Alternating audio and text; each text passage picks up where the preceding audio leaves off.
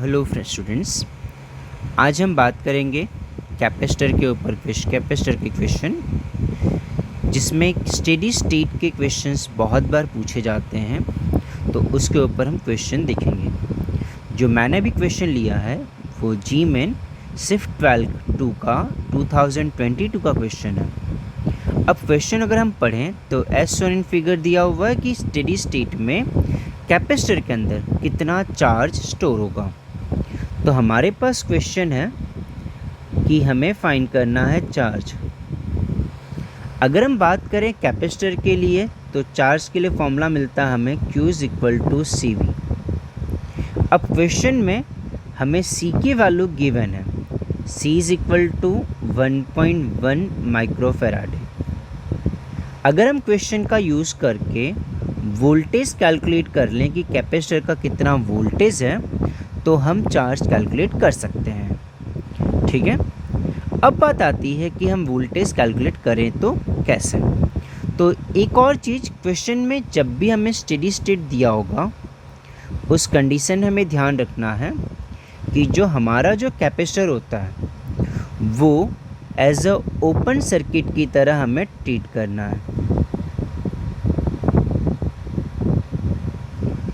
अब जब capacitor as a open circuit की तरफ हो जाएगा तो उस केस में सर्किट में कैपेसिटर रहेगा ही नहीं, तो हम सर्किट को रीड्रॉ करेंगे। तो जब हम सर्किट को रीड्रॉ कर रहे हैं तो हमारे पास एक बैटरी है, रेजिस्टेंस है और दूसरा रेजिस्टेंस है R। E हमारे पास है 10 वोल्ट, R = है 10 ओम एंड कैपिटल R = है 100 ओम। अब अगर हम देखें तो अगर हमें कैपेसिटर का वोल्टेज कैलकुलेट करना है तो जो कैपेसिटर है ये इसके पैरेलल में है। अगर मैं R के अक्रॉस में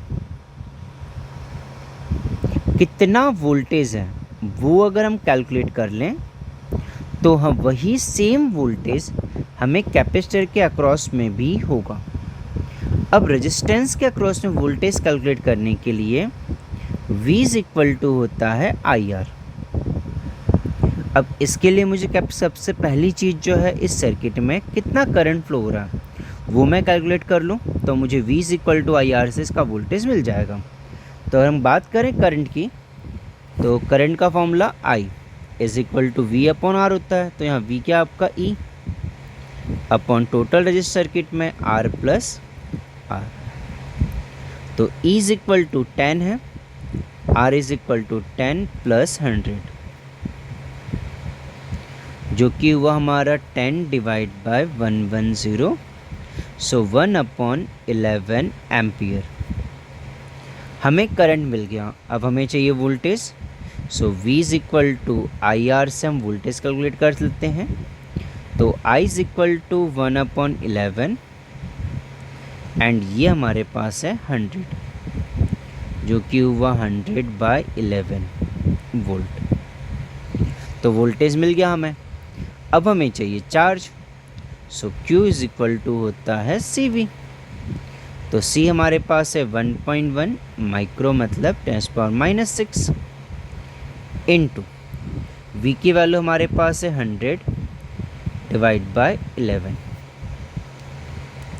तो अगर हम बात करें यहाँ पे तो हमें ये मिला 11/10 इंटू 10⁻⁻6 इंटू 100/11।